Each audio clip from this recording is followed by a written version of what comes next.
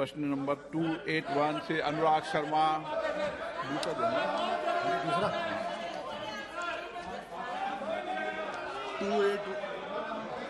281 sir. माननीय मंत्री का सर सभापटल पर रखा गया। धन्यवाद अध्यक्ष जी। आपके माध्यम से मैं आदरणीय मंत्री जी से तो धन्यवाद देना चाहता हूं कि उन्होंने बहुत विस्तार से हमको जवाब दिया है और जवाब से मैं काफी संतुष्ट हूं, पर उससे दो सवाल उठते हैं। अभी हाल ही में जैसे सभी को हिंदुस्तान में पता है कि आदरणीय प्रधानमंत्री जी ने बुंदेलखंड को एक बहुत बड़ी सौगात दी है, बुंदेलखंड एक्सप्रेसवे। ऐसे ही मेरे पूरे क्षेत्र में बहुत सारी जगहों पर आज रोडों का जाल विस्तार से बिछ गया है। तो आदरणीय मंत्री जी से आग्रह ये था कि जो हमारा नया बुंदेलखंड एक्सप्रेसवे है और झांसी से लेके खजुराहो तक एक नया एक्सप्रेसवे बना है जो बुंदेलखंड के हृदय से जाता है, तो वहां मौरानीपुर में अगर एक ट्रॉमा सेंटर की व्यवस्था हो जाए तो उससे भी हमको बहुत लाभ हो जाएगा। उस पे आजकल अक्सर एक्सीडेंट्स होने लगे हैं, तो एक ट्रॉमा सेंटर से वहां के लोगों को बहुत राहत मिलेगी, चाहे बुंदेलखंड यूपी में हो चाहे बुंदेलखंड मध्य प्रदेश में हो। माननीय अध्यक्ष महोदय, देश में रोड अच्छे हो रहे हैं, एक्सीडेंट भी होते हैं और एक्सीडेंट से तो लोगों का मृत्यु ना हो, इसलिए हेल्थ इंफ्रास्ट्रक्चर स्ट्रांग हो, ये बहुत आवश्यक होता है। माननीय अध्यक्ष महोदय, मुझे बताते हुए खुशी हो रही है कि भारत सरकार की ओर से ऐसी कोई स्थिति एक्सीडेंट हो या तो क्रिटिकल केयर तुरंत ही नियरेस्ट प्लेस पर मिल सके, इसलिए भारत सरकार ने, माननीय प्रधानमंत्री जी ने देश में 1,50,000 हेल्थ एंड वेलनेस सेंटर खोलने की शुरुआत की है। उसमें से 1,20,000 से अधिक health and wellness centre already बन चुका है और माननीय अध्यक्ष महोदय ने उसके आगे देश में कोई क्रिटिकल सिचुएशन हो, एक्सीडेंट हो गया हो, तुरंत ही क्रिटिकल केयर की आवश्यकता हो, उसके लिए ब्लॉक लेवल पर, डिस्ट्रिक्ट लेवल पर क्रिटिकल इंफ्रास्ट्रक्चर खड़ा करने के लिए 64,000 करोड़ का एक Ayushman Bharat health infrastructure mission चलाया जा रहा है। उसके मुताबिक ऐसे इंफ्रास्ट्रक्चर खड़ा किया जाएगा जिसकी वजह से रोड साइड हो या तो तालुका लेवल पर हो या तो डिस्ट्रिक्ट लेवल पर हो, वहाँ हेल्थ क्रिटिकल केयर की फैसिलिटी उपलब्ध हो। और माननीय सदस्य ने जो स्पेसिफिक क्वेश्चन पूछा है उसके संदर्भ में मैं बताना चाहूँगा कि वहाँ से स्टेट गवर्नमेंट की ओर से वहाँ ट्रॉमा सेंटर शुरू करने के लिए कोई रिकमेंडेशन हमारे पास आएगी तो नेशनल हेल्थ मिशन के तहत हम अवश्य आर्थिक सहयोग करेंगे। माननीय अध्यक्ष जी, एक और सवाल था, थोड़ा सा अलग है उस विषय में। हमारे वहाँ महारानी लक्ष्मीबाई मेडिकल कॉलेज में 500 बेड का एक पूरा अस्पताल चालू है, तैयार पड़ा है, चालू नहीं हो पाया। तो माननीय मंत्री जी से आग्रह था आपके माध्यम से कि अगर उसमें मैंने 45 करोड़ रुपए के लिए टर्शरी कैंसर केयर के लिए आग्रह डाला था, अगर मंत्री जी उस पर कुछ हमको उस आग्रह को मान ले और कुछ मदद कर सके तो पूरे बुंदेलखंड में, क्योंकि कोई भी टर्शरी केयर से कैंसर केयर के लिए जगह नहीं है, तो वो एक शुरुआत हो जाएगी। धन्यवाद। मिलने के लिए भी आते हैं, उसके यहाँ जो 500 बेड की हॉस्पिटल है, ये हॉस्पिटल के लिए उसकी अपेक्षा को पूरी करने के लिए स्टेट गवर्नमेंट हमारे यहाँ जो उसकी रिकमेंडेशन है उसके हिसाब से डिमांड भेजेगी। तो भारत सरकार ने लास्ट नेशनल हेल्थ मिशन में एक प्रावधान किया है। आज तक नेशनल हेल्थ मिशन के तहत हम प्राइमरी हेल्थ केयर और सेकेंडरी हेल्थ केयर को स्ट्रॉन्ग करने के लिए इन्वेस्ट करते थे, खर्च करते थे, लेकिन अभी हमने दो प्रावधान अलग से कर दिया है। अभी टर्शरी केयर की सुविधा के लिए भी नेशनल हेल्थ मिशन के तहत इंफ्रास्ट्रक्चर खड़ा करने के लिए भारत सरकार सहयोग करती है और ये करने के लिए एक रूट होता है। माननीय अध्यक्ष महोदय, स्टेट गवर्नमेंट को हम पैसा देते हैं क्योंकि हेल्थ एक स्टेट सब्जेक्ट है और स्टेट सब्जेक्ट होने के नाते हम स्टेट को फाइनेंशियल सपोर्ट करते हैं। स्टेट यहाँ रिकमेंडेशन भेजती है, प्रोजेक्ट भेजती है और प्रोजेक्ट को हम अप्रूव करते हैं। ऐसे कोई भी प्रोजेक्ट हमारे पास आएंगे तो भारत सरकार उसमें पॉजिटिवली टर्शरी केयर इंफ्रास्ट्रक्चर खड़ा करने के लिए मदद करेगी। श्रीमती हरसिमरत कौर। शुक्रिया सर। सर, मेरे क्षेत्र का जो एम्स है बठिंडा में, sir 3 major national highways NH54, NH7 और NH148 besides 2 state highways 41 and 17 Bathinda से गुजरता है। और सर इधर सबसे बड़ा रेलवे का जंक्शन भी है, एयरफोर्स और आर्मी की कंटोनमेंट भी है। और स्टेट का जो 2019 का एक्सीडेंट का जो उन्होंने रिपोर्ट पेश करी, उन्होंने कहा कि बठिंडा में सबसे ज्यादा स्टेट्स में सबसे ज्यादा इधर ही एक्सीडेंट होते हैं। तो सर एम्स भी इन्हीं का अपना है और एम्स ने भी चिट्ठी लिखी है, मैंने अपने आप ही आपको चिट्ठी लिखी है, माननीय भारती जी से मिली भी थी कि यहाँ पे एम्स में जो क्रिटिकल केयर है वो सिर्फ 28 बेड्स का है, 300 बेड की मांग रखी है। मैं माननीय मंत्री जी से जानना चाहती हूँ कि क्या इसको वो जल्द से जल्द इसको एक्सपर्टाइट करेंगे ताकि ये एक्सीडेंट के विक्टिम्स बच सके। और सर इसी के साथ एक साथ और मैं आपकी फ्लैगशिप प्रोग्राम जो आयुष्मान भारत है, जिसका आपको उसकी बधाई देती हूँ, लेकिन ये बताना चाहती हूँ कि पंजाब में ये स्कीम बिल्कुल खत्म हो चुकी है। 300 करोड़ प्राइवेट अस्पतालों के, PGI का 16 करोड़, यहाँ तक कि कैंसर में होमी बाबा जो संगरूर में है उनके पैसे भी सरकार ने नहीं दिए। सरकार ने और इंश्योरेंस कंपनी ने दोनों ने मिलके लोगों को इस ट्रीटमेंट से उनको बांझा रखा है। मैं माननीय मंत्री जी से जानना चाहूंगी कि सरकार और इंश्योरेंस कंपनीज जो गरीबों को ये स्कीम से दूर रख रहे हैं, क्या आप ऐसी सरकारों के और इंश्योरेंस कंपनी के खिलाफ आप कोई एक्शन लेंगे? माननीय अध्यक्ष महोदय, माननीय सदस्य ने 2 प्रश्न पूछे हैं और दोनों स्पेसिफिक प्रश्न हैं। एक स्पेसिफिक प्रश्न है कि एम्स में, अपने क्षेत्र में आई हुई एम्स में क्या वो ट्रॉमा सेंटर बढ़ाना चाहते हैं या तो क्रिटिकल केयर बेड की संख्या 28 है, ये संख्या को बढ़ाना चाहते हैं। माननीय अध्यक्ष महोदय, एम्स से स्वयं टर्शरी केयर के लिए ही है।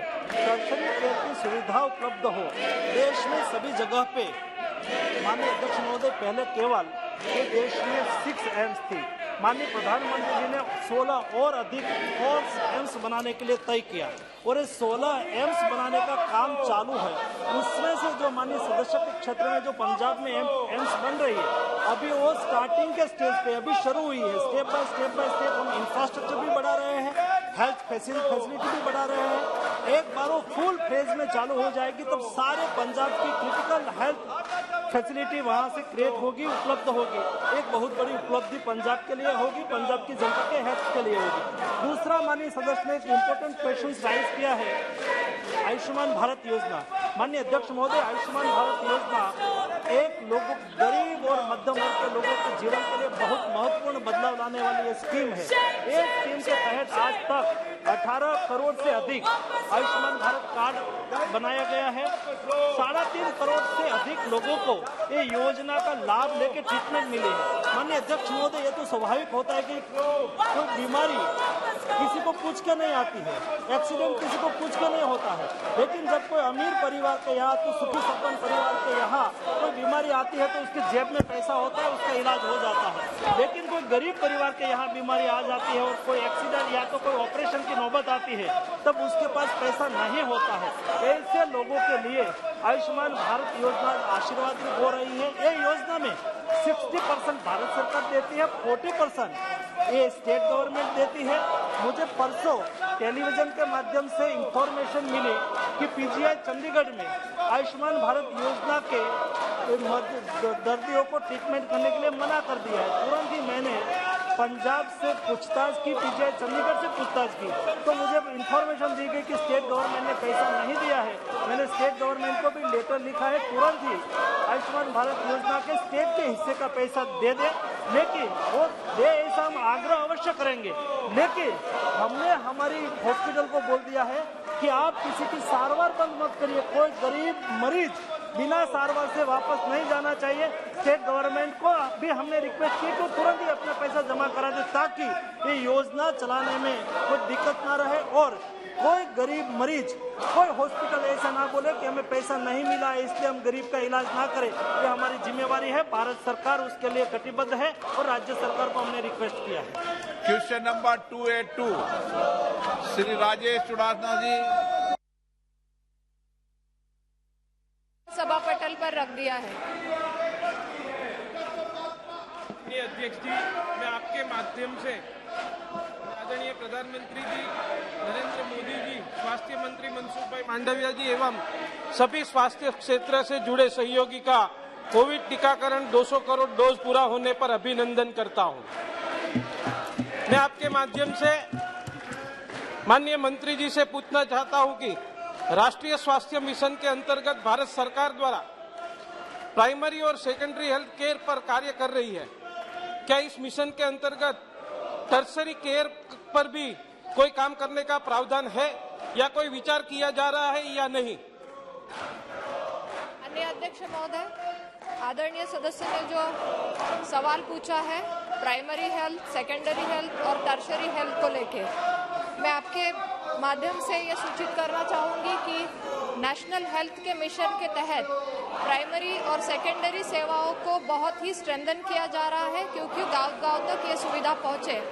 जैसे कि माननीय कैबिनेट सर ने अभी बताया कि हमारे 1,20,000 से ज़्यादा हेल्थ एंड वेलनेस सेंटर गांव-गांव में बन रहे हैं और साथ ही साथ में डिस्ट्रिक्ट अस्पतालों को स्ट्रेंथन किया जा रहा है ताकि टर्शरी केयर का सुविधा पेशेंट को मिले। और इसके साथ ही पीएम अभिम योजना, जो कि प्रधानमंत्री Ayushman Bharat health and infrastructure mission के तहत हर एक जिले में इंटीग्रेटेड लैब हो, क्रिटिकल केयर ब्लॉक हो, इस माध्यम से टर्शरी केयर भी स्ट्रेंथन करते हुए ECRP 2 का पैकेज दिया गया, जिसके तहत टर्शरी लेवल तक की सुविधा स्ट्रेंथन करने के लिए विशेष राशि हर एक राज्यों को दी गई। और साथ ही साथ में आदरणीय प्रधानमंत्री जी के नेतृत्व में, जिनकी शुरुआत गुजरात से हुई थी, तो गुजरात में पहले से ही अच्छी सुविधा मिल रही है और यही पैटर्न आज पूरे देश में हो रहा है कि हर एक को सुविधा गांव-गांव तक मिले। धन्यवाद सर। माननीय अध्यक्ष जी, आपके माध्यम से मैं मंत्री जी से पूछना चाहता हूं कि राष्ट्रीय स्वास्थ्य मिशन अंतर्गत भारत सरकार के स्वास्थ्य मंत्रालय द्वारा ECRP 2 का पैकेज दिया गया है। इस पैकेज से स्वास्थ्य के क्षेत्र में क्या बदलाव आएगा? आदरणीय अध्यक्ष महोदय, बहुत ही अच्छा सवाल पूछा, क्योंकि ECRP 2 पैकेज, जो कि इमरजेंसी कोविड रिस्पांस पैकेज के लिए विशेष प्रावधान के लिए दिया गया, हर एक राज्यों को NHM के अलावा ECRP 1, ECRP 2 का पैकेज दिया गया और इसके माध्यम से चाहे वो टेस्ट की सुविधा बढ़ाना हो, लैब को स्ट्रेंथनिंग करवाना हो, फॉर RT-PCR टेस्ट के लिए मेडिसिन देना हो, विशेषकर जबकि खतरा था कि बच्चों को शायद तीसरी वेव में खतरा होगा, तो इसको ध्यान में रखते हुए पीडियाट्रिक केयर यूनिट्स बनाए गए, पीडियाट्रिक सेंटर ऑफ एक्सीलेंस राज्यों में बनाए गए, एडिशनल बेड्स हर एक जिले में उनका प्रावधान किया गया, ICU बेड्स बनाए गए, फील्ड अस्पताल भी बनाए गए और रेफरल ट्रांसपोर्ट के लिए मदद की गई, लिक्विड मेडिकल ऑक्सीजन स्टोरेज। और बड़ा बदलाव इस माध्यम से ये आया कि टेलीमेडिसिन और टेलीकंसल्टेशन हब एंड स्पोक्स बनाए गए, जिसका आज लाभ गांव-गांव तक हो रहा है और 50 बेडेड क्रिटिकल केयर ब्लॉक बनाए। बहुत धन्यवाद। Question number 283 Shri Rajiv Pratap Rudy. मैं पूछता हूं,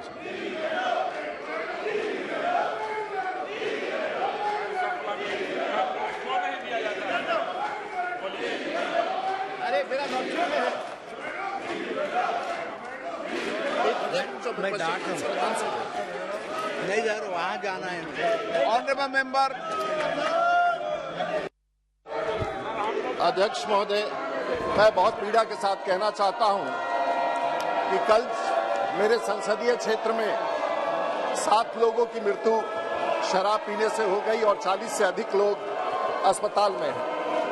और इसी से स्वास्थ्य का विषय उभर करके आता है कि बिहार में स्वास्थ्य की स्थिति क्या है। और माननीय मंत्री जी ने जो उत्तर दिया है उसमें ये स्पष्ट रूप से कहा है कि बिहार में औसत, जहां 14 करोड़ की आबादी है, बिहार में औसत सबसे कम दवा की खपत होती है। और ये अपने आप में एक चिंता का विषय है कि बिहार जैसे प्रांत में जहां गरीबी है, जहां योजना आयोग के रिपोर्ट में ये स्पष्ट रूप से कहा है कि बिहार में गरीबी के हालत के साथ स्वास्थ्य की हालत सबसे खराब है पूरे भारतवर्ष में।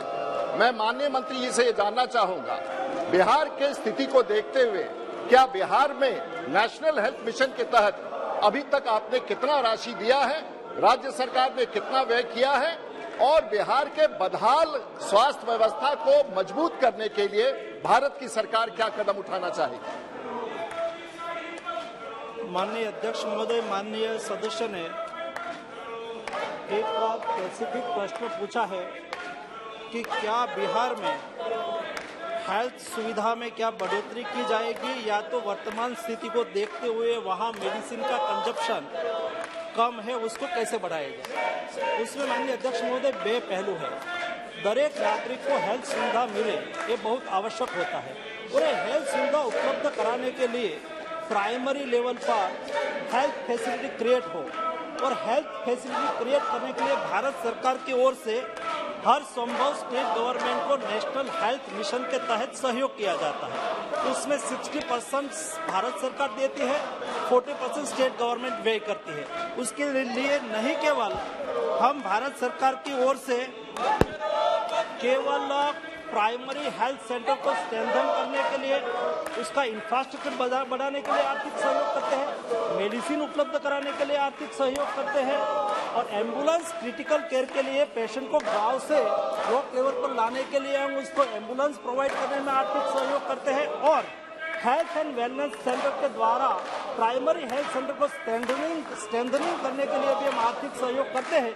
जो सहयोग भारत सरकार की ओर से सभी स्टेट को मिलता है सहयोग हम बिहार सरकार को भी देते हैं। उसके अलावा बिहार गवर्नमेंट में हमने एक विशेष इनिशिएटिव लेके आयुष्मान भारत योजना के तहत वहाँ जो स्टेट गवर्नमेंट ने यूनिवर्सल हेल्थ केयर 5 लाख तक अभी किया है और आयुष्मान भारत योजना स्टेट गवर्नमेंट की योजना को जोड़ के मैक्सिमम से मैक्सिमम लोगों को आयुष्मान भारत योजना का लाभ मिले ताकि उसका पॉकेट खर्च कम हो और पेशेंट को ट्रीटमेंट मिल सके, अच्छी ट्रीटमेंट मिले। इसलिए वहाँ 2 एम्स का भी प्रावधान किया गया। एक एम्स ऑलरेडी ऑनगोइंग चालू हो चुकी है, दूसरी एम्स का भी इंफ्रास्ट्रक्चर चालू होना है।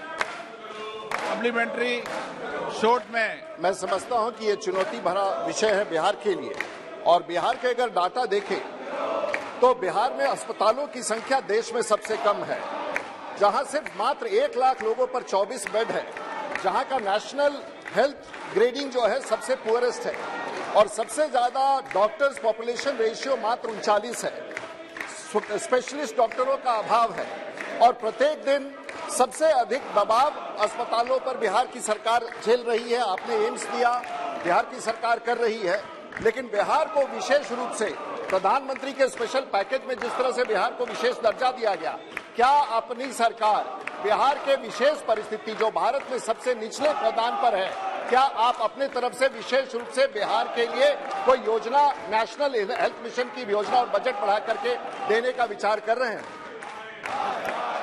माननीय अध्यक्ष महोदय, हेल्थ सेक्टर एक ऐसा सेक्टर है उसमें कोई भी व्यक्ति, कोई भी नागरिक, कोई भी राज्य वो हेल्थ सुविधा से वंचित रहे, उसमें पक्षपात हो ऐसा हम नहीं करना चाहते। हमारी प्रायोरिटी है कि बिहार में हेल्थ इंफ्रास्ट्रक्चर पुअर हो या तो सुविधा कोई कम हो तो नेशनल लेवल पर लाने के लिए समान दृष्टि से बिहार को भी सहयोग किया जाएगा। हर संभव देश के लास्ट तबके के व्यक्ति को हेल्थ केयर सुनिश्चित हो उसके लिए बिहार को जो भी मदद की आवश्यकता है, जो नेशनल हेल्थ मिशन के तहत जो हमारे भारत सरकार की ओर से बजट आवंटित होता है उसको भी उसकी पॉपुलेशन के तहत दिया जाएगा। इस तरह से उसका इम्प्लीमेंट करके मैं चाहता हूं कि बिहार वासियों को भी बेस्ट से बेस्ट हेल्थ फैसिलिटी उपलब्ध हो। बी सत्यवती, मान्य सदस्यगण,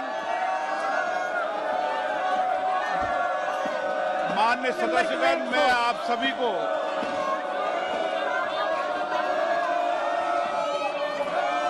मान्य संसद सदस्यगणों, ये संसद है।